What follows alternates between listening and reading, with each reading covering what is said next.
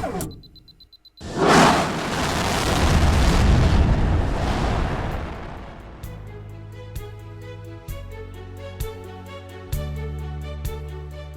Tina. Thank you so much for being part of the second Innovative Child Therapy Symposium.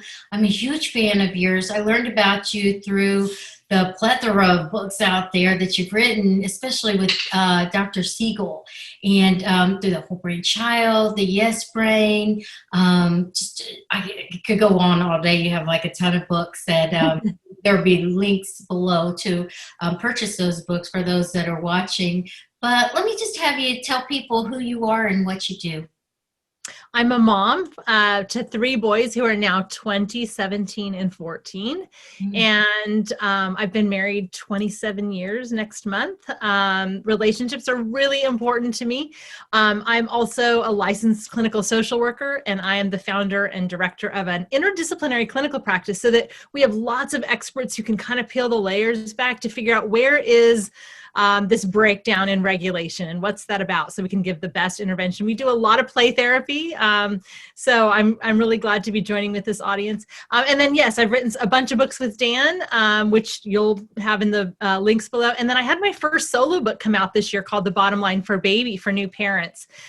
So yeah, I do a lot of different things. I write books and speak about them, and I work part-time in a school. I just have my hand in a lot of different things. But most importantly, I'm all about building connections and relationships and helping us all be better at that.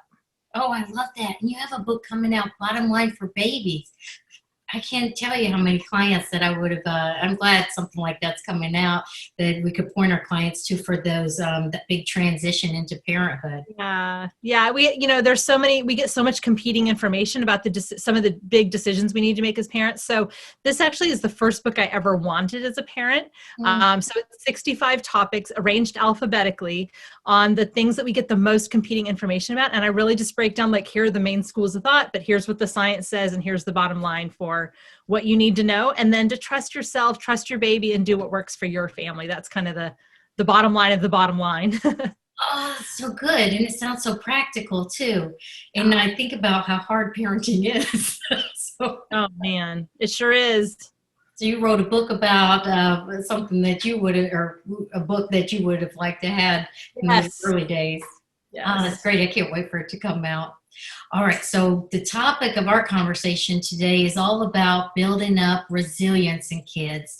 And I know that's one of your mini jams, and you talk about the importance of relationships. I feel like I know your kids through your stories. You're definitely an amazing storyteller.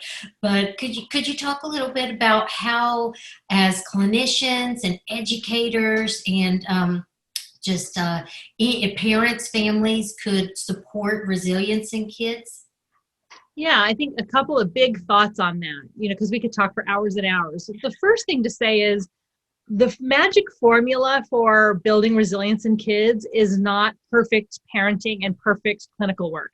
Really the formula is giving kids repeated experiences where, when they're struggling or having something difficult happen, facing a challenge, that we allow them to face those challenges, but with enough support.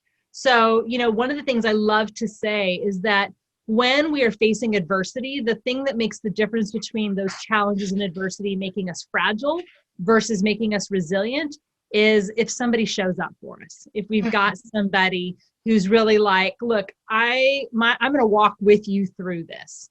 A good friend of mine, a colleague of mine, her husband died unexpectedly about a year ago. And when she and her daughter found the news, this is such an emotional but powerful example of this.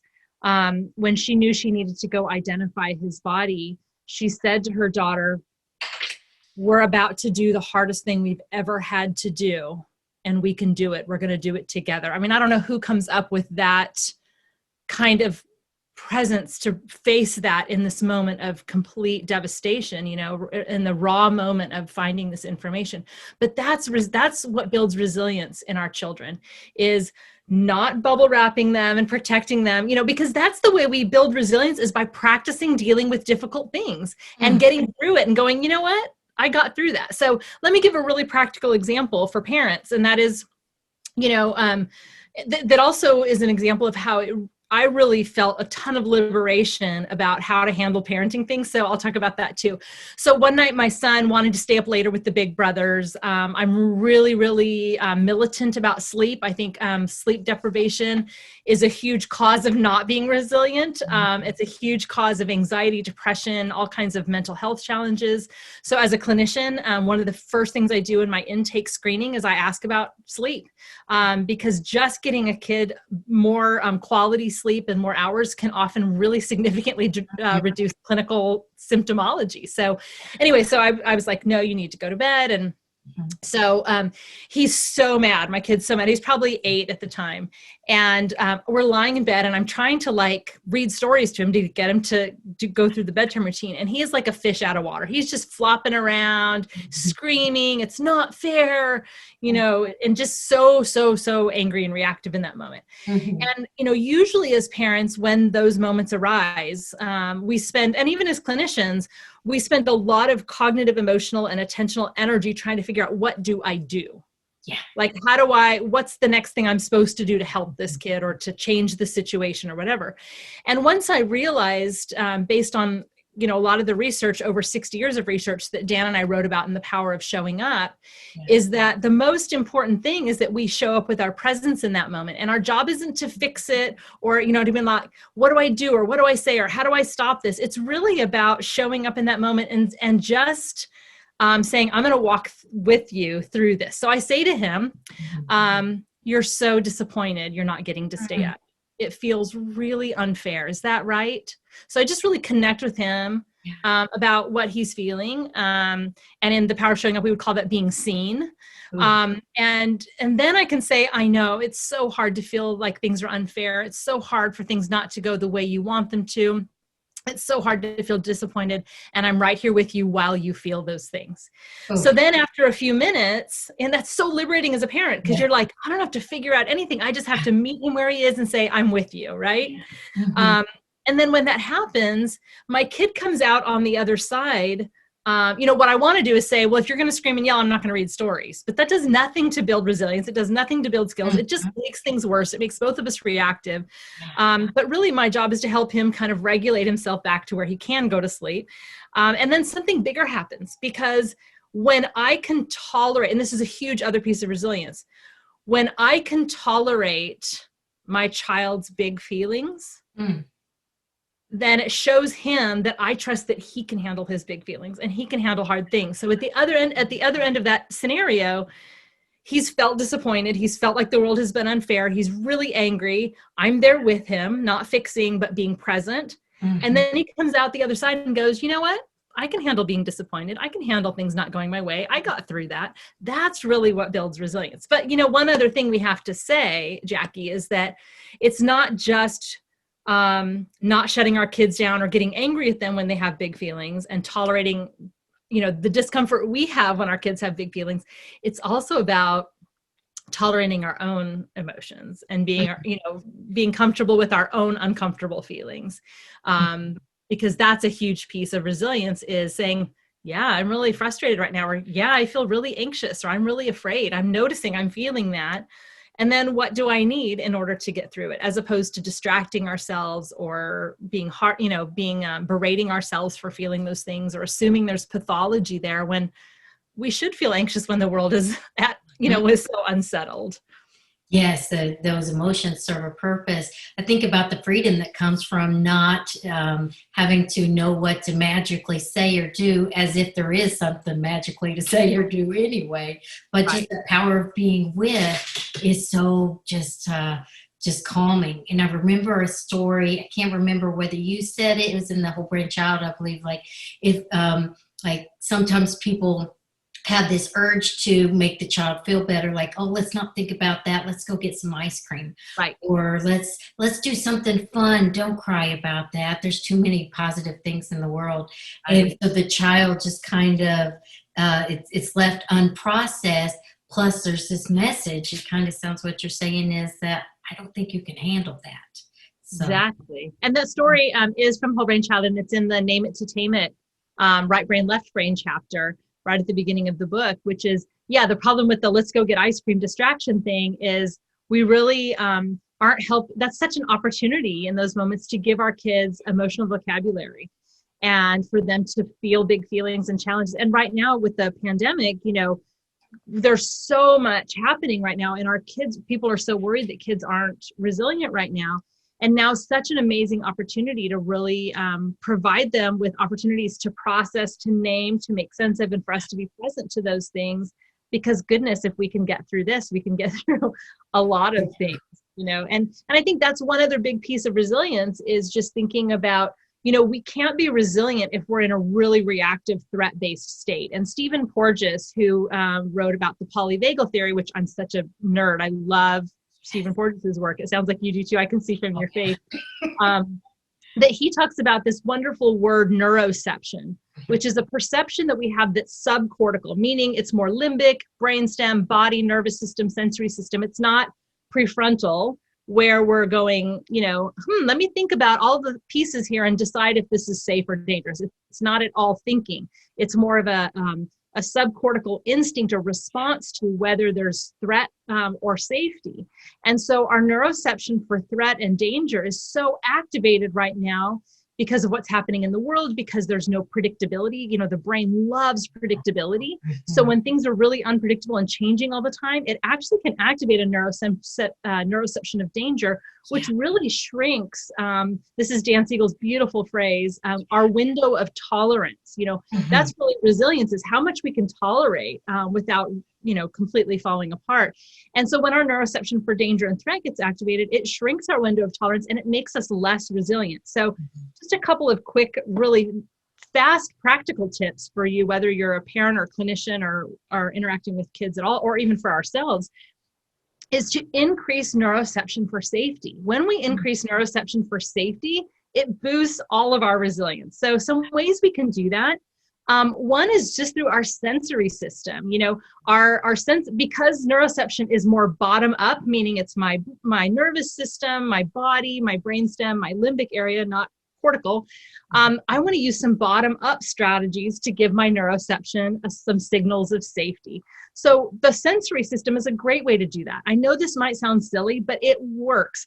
Warm beverages in warm cups, warm fuzzy blankets, soft things, listening to music that's really regulating, comfort food. So think about all the different senses and really what feels good to our bodies can be really helpful in increasing our neuroception for safety. Another thing that can really increase our neuroception for safety is the kind of messaging that we use. Now, there's two pieces to that.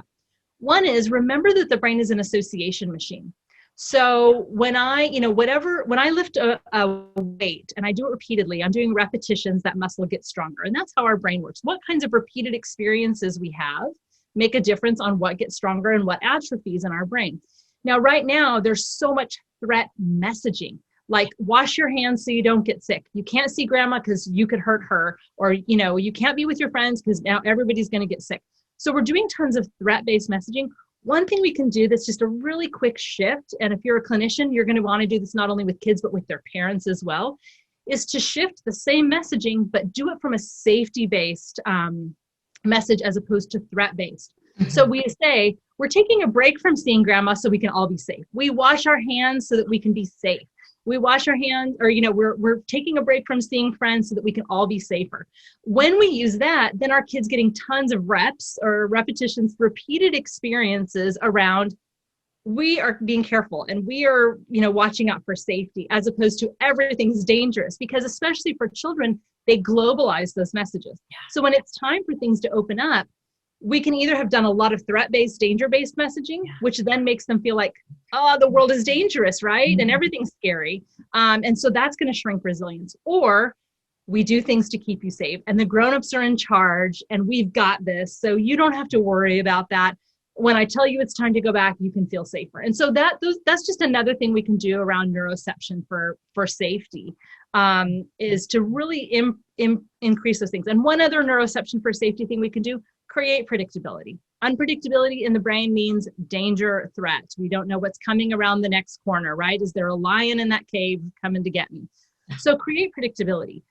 Create rhythms to the week. Sunday night is game night at my house. Friday night is pizza and movie night at my house. Every Thursday, most of my examples are food related. Every Thursday morning we have oatmeal with berries, and I do it in the crock pot Wednesday night. But we always have dinner together. Whatever your family rituals are, going for a walk after dinner or whatever. Playing a certain playlist your kid helps you create in the mornings when they're getting ready for school. Whatever it is, creating some rhythms and predictability so that the brain doesn't have to spend so much time being hypervigilant for what's going to happen next. And when we do that, we actually create more space for kids to be able to play, which, as you know, and learn, play is such a huge resilience builder as well, because kids are able to tolerate if they get frustrated playing. If it's fun enough, they'll sit in that frustration longer. So it actually pushes the limits of their window of tolerance. So play is a huge thing. And it doesn't even have to be exact play where they're playing. We can also be playful. So as we're making dinner, or as we're helping our kids, try to get their shoes on or whatever it is, we can bring some silliness and playfulness, use accents, just be silly and playful. That is another way to build resilience as well. It feels so safe and connecting too. I could just imagine you with your boys. I think about even like the kind of the predictability of it being pizza night. You said, like, what is it, Thursday night? It reminds me a little bit of Gottman method couples therapy. The research calls those rituals of connection. Yeah. And it really kind of feels good to have some, moments of connection that you can count on. So it's more than even just knowing. It's like I get to be with these people that are important to me. This is a given that it's going to happen. Yeah. And it's helpful for us as caregivers right now. So much is being asked of us. And so even just having in my own mind, like I cook all week and then I know Friday nights I get to take off, right? And so I don't have to think about it. And typically Tuesday nights, we do some sort of Taco Tuesday, some sort of Mexican related thing. Tomorrow I'll use the crock pot to do some sort of taco thing. It just actually creates more automaticity in my own brain, which frees up space to do other kinds of things. I think, one other way to think about resilience that I think about all the time when I'm assessing what's going on with a kid or with a parent is to look at what are the demands of the environment and what is the capacity. So when the demands of the environment are way up here and the capacity is way up here, we're resilient. We do well. We can handle things, If the demands of the situation and our capacity are really far apart, what you see in that discrepancy of them being far apart is where we see acting out behaviors, we see anxiety and depression, we see all the clinical issues come out of that.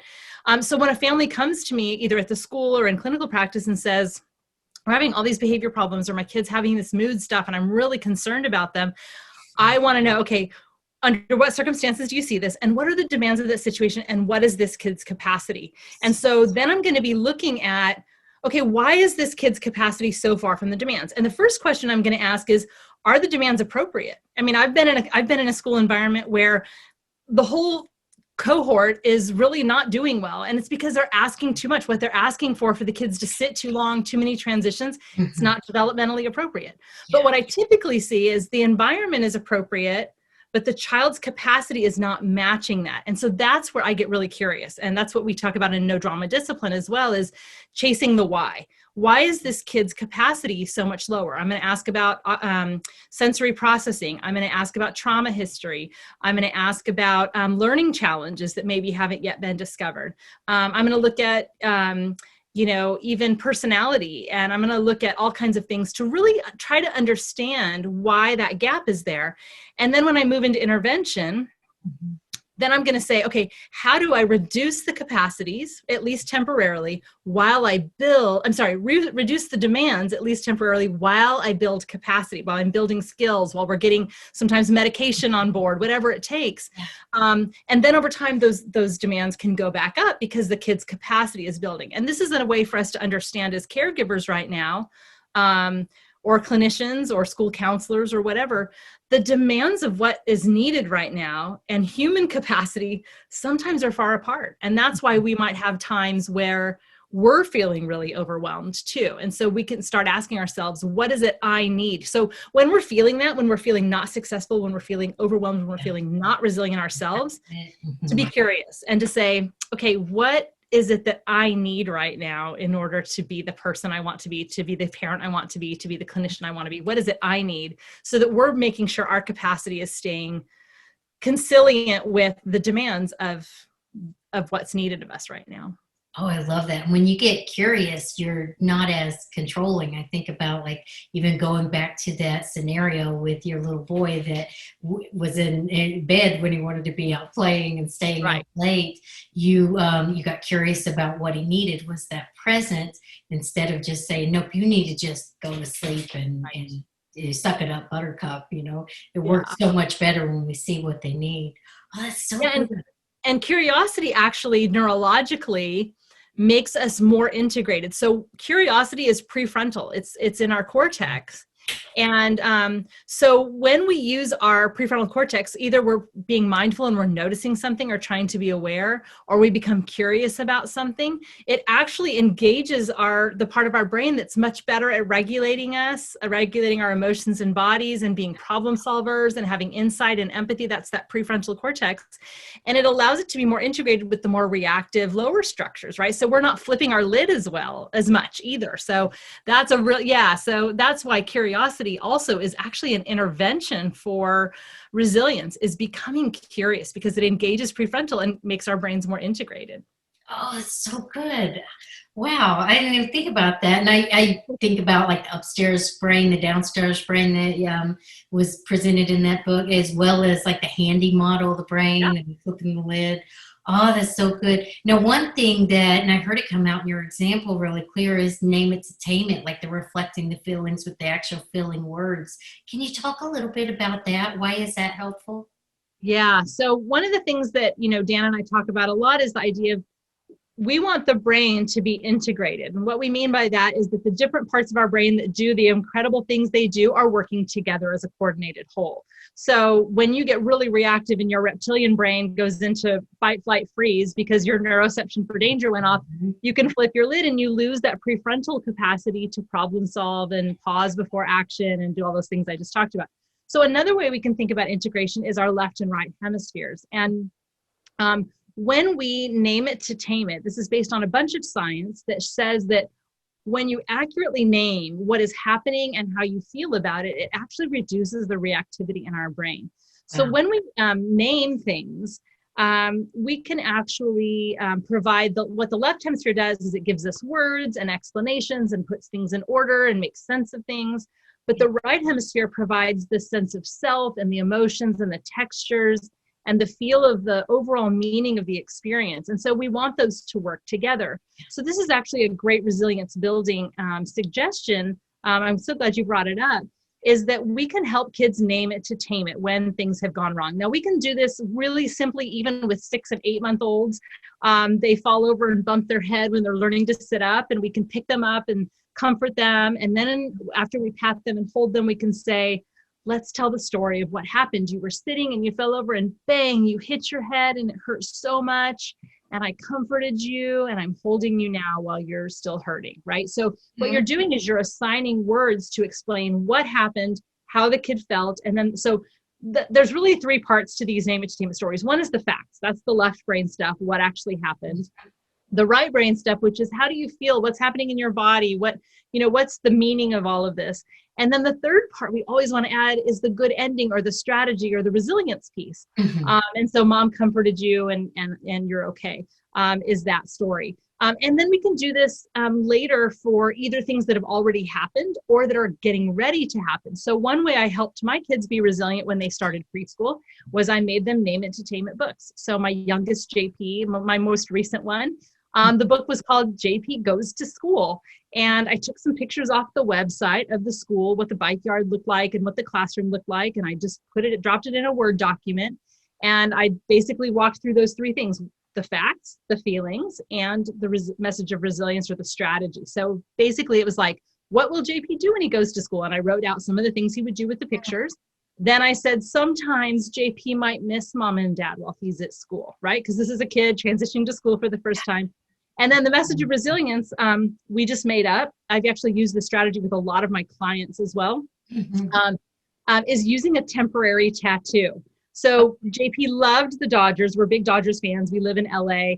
So we had some temporary Dodgers tattoo. So for the first couple of weeks of school, we did a temporary Dodgers tattoo, and that went in the book. So we said, JP might miss mom and dad when he's at school, but if he's missing mom and dad, he can look at his Dodgers tattoo and remember that mom and dad will be there soon and his teacher will always help him.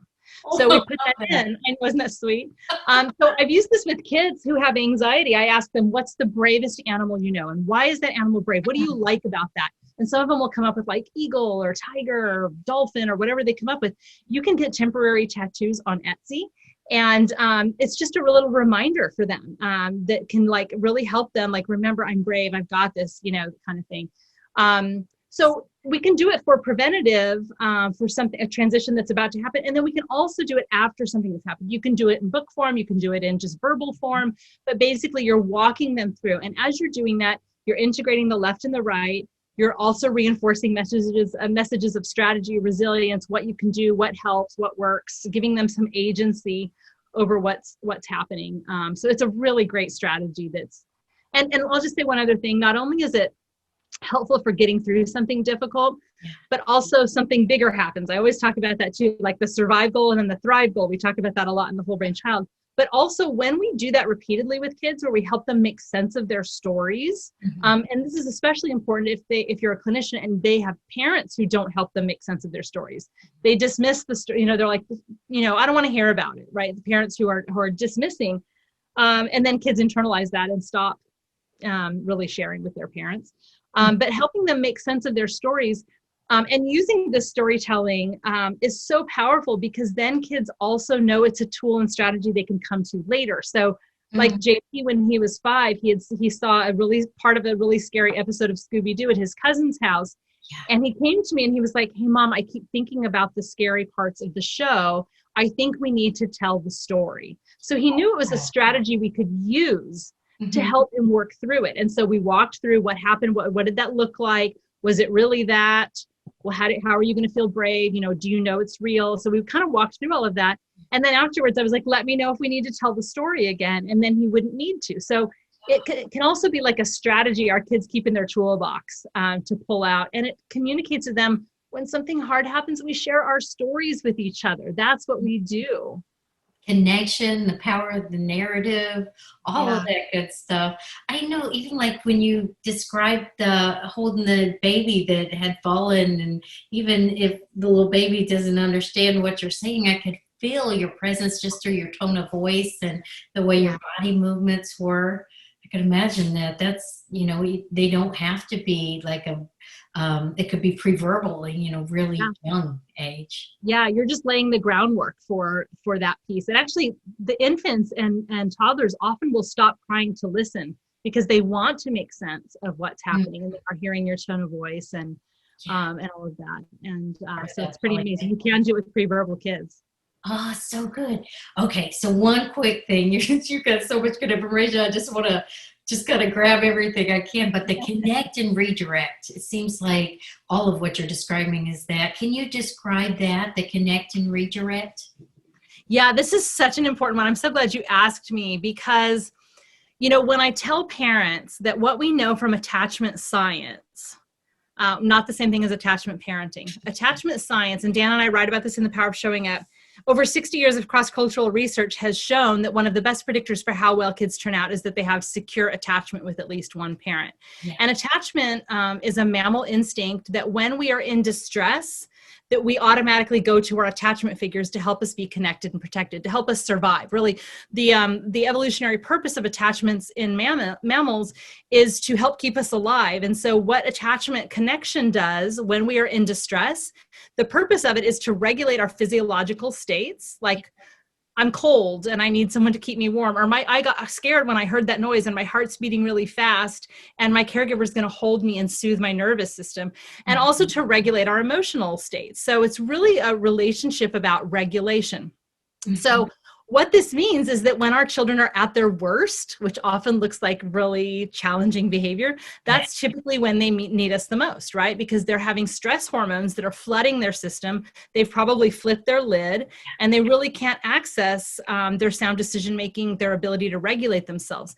So this is where in The Power of Showing Up, Dan and I talk about the 4 S's being ways we can cultivate secure attachment, helping kids feel safe, which we've already sort of talked about, helping them feel seen, which I talked about is really just tuning into what they're really feeling in the moment. And then the 3rd S is soothed. And this is really about connect and redirect, where we really connect with them and help them. So that 3rd S is about soothing, nurturing, comforting, helping.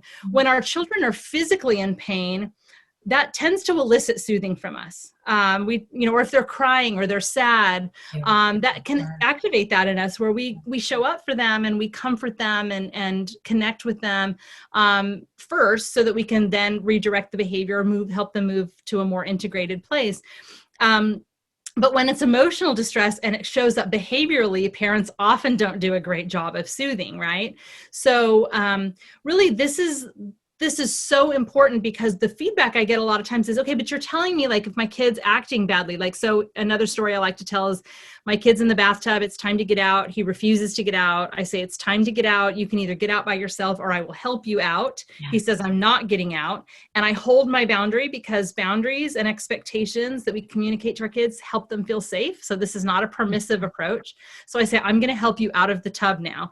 And as I lift him out, so that's helping him feel safe with my boundaries. I'm also going to practice scene. You're so mad you have to get out of the bathtub. You really wanted to stay in. Is that right?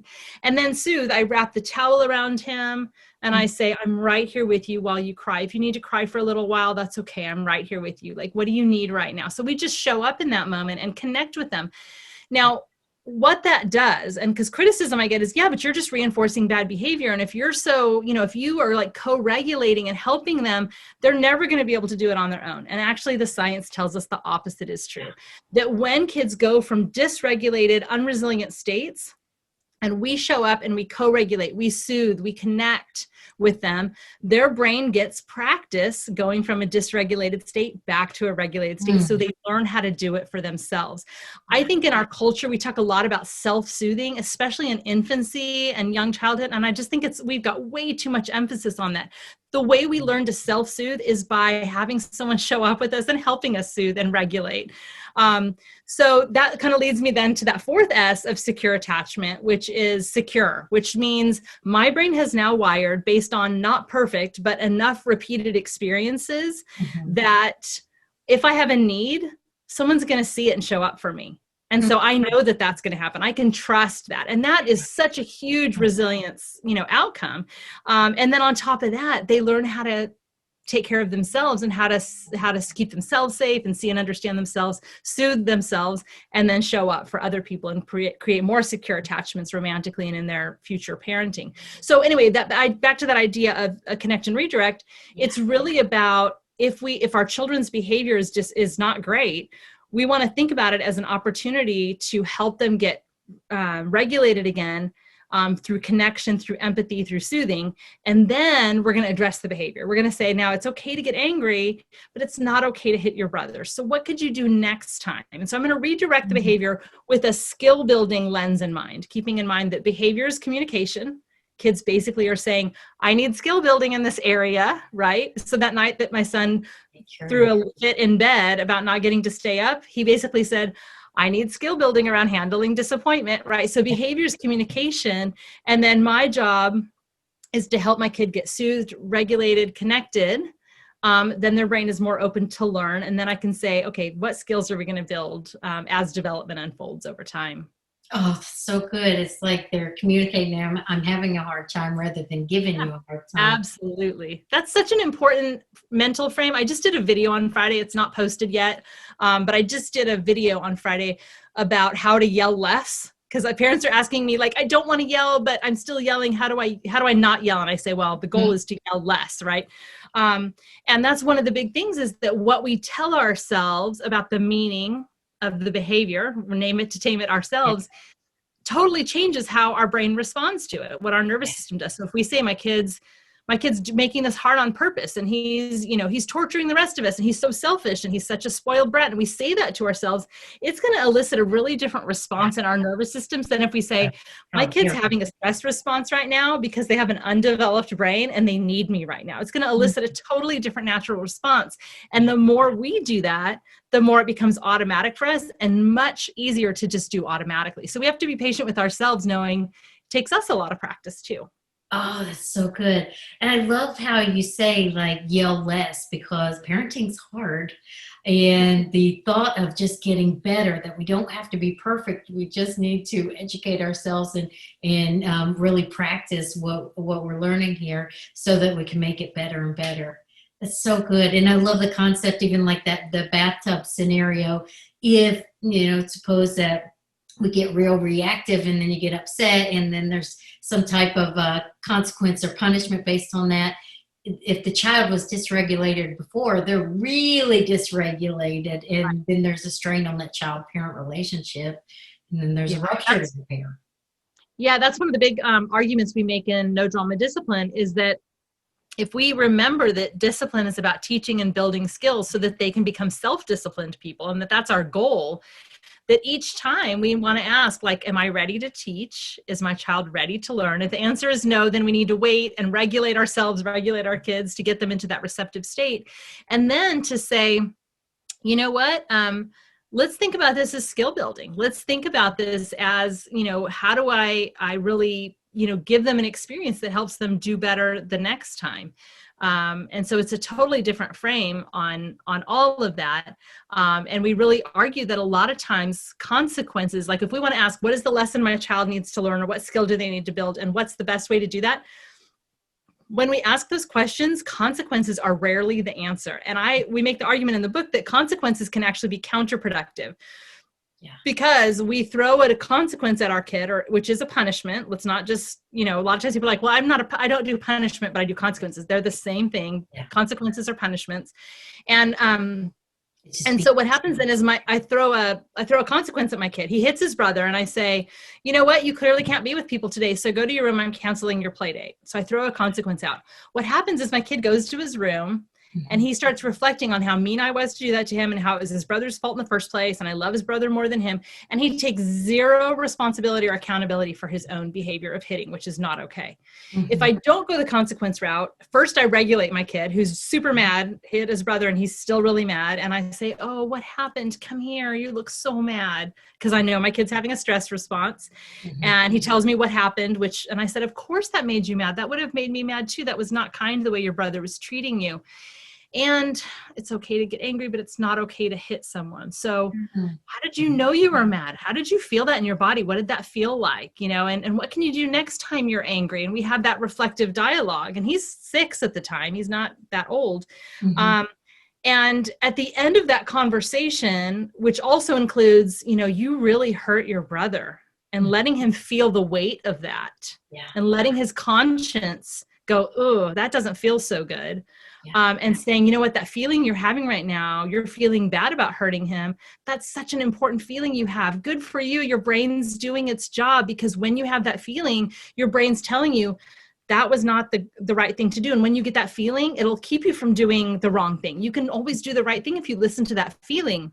And so now, how can you make it right with your brother?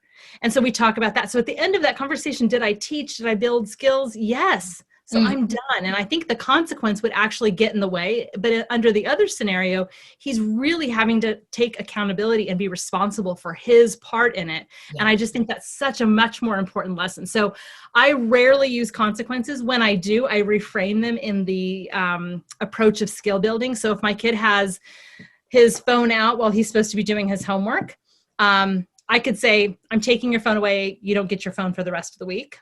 Or I could say, you know what? You're showing me that it's too tempting to have your phone in your room while you're doing your homework. So until you build that skill, I'm going to hold on to your phone during homework times. So it is a consequence. I mean, it's really a semantic kind of thing. Even having the reflective dialogue with me, my kid doesn't particularly like that. They probably think of that as a consequence. But I think it's really just having that lens of skill building and teaching so that our kids can do better. And if we're effective disciplinarians, and by that I mean teachers and skill builders, we're actually disciplining less over time because our kids are then building the skills and the capacities so that they handle it themselves without us even being involved. Oh, so good. And I think about at the end of the day, they still feel loved. They feel like a good person. They feel capable. They feel competent. They feel like adequate. There's all kinds of positives to just kind of loving them and teaching them through it rather than, making them, putting them in a position where they feel bad. Oh, this is great. Now we're almost out of time, but you have so much to offer. I want to make sure people know where to go to learn more from you. Of course, there's links below this video, but you mentioned a YouTube channel. Where can people go to learn more from you? Yeah, so the best way to find me is on my website, which is tinabryson.com. I actually have parenting, I have clinicians doing it too, but office hours with me, which is basically every other week. I've got a small group and a large group where I just answer questions. We talk about ideas. You can find out about that on my website, as well as links to all my social media channels. I'm doing a lot on Instagram these days, and my handle there is Tina Payne Bryson. So you can find me. I'm easy to find. And I would love, if you don't mind, Jackie, to just say one more kind of closing thought. And that is, as a clinician, as a parent, there are a lot of times where I don't really know what to do. And my kid's not being resilient, or I want to build resilience. And what I can always go back to is remembering what over 50 years of research is telling us is that what our children, let me just speak directly to you, clinicians and parents, what your kids need most from you is you. Flawed you, imperfect you, just you showing up and being present and walking with them through the struggles is what's going to build the most resilience and build their brains in the most optimal way. So you don't have to know what to do or what to say. Just show up. Just be you. That's what they need most from you, is you.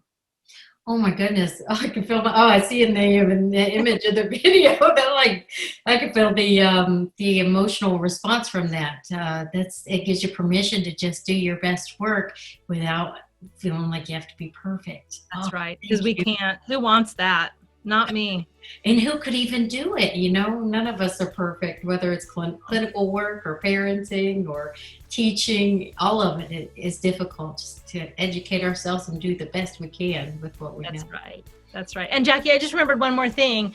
So a colleague of mine who works with me at the Center for Connection, Georgie Vincent, has a whole play therapy certification thing. She's done training to help people get certified.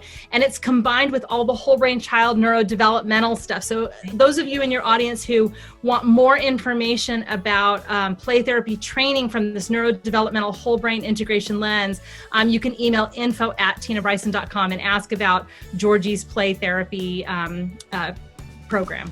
Okay, I'll make sure that the links are below this video as well. Oh, that's fantastic. Okay. All right. Thank you so much, Tina. You take care. Thank you.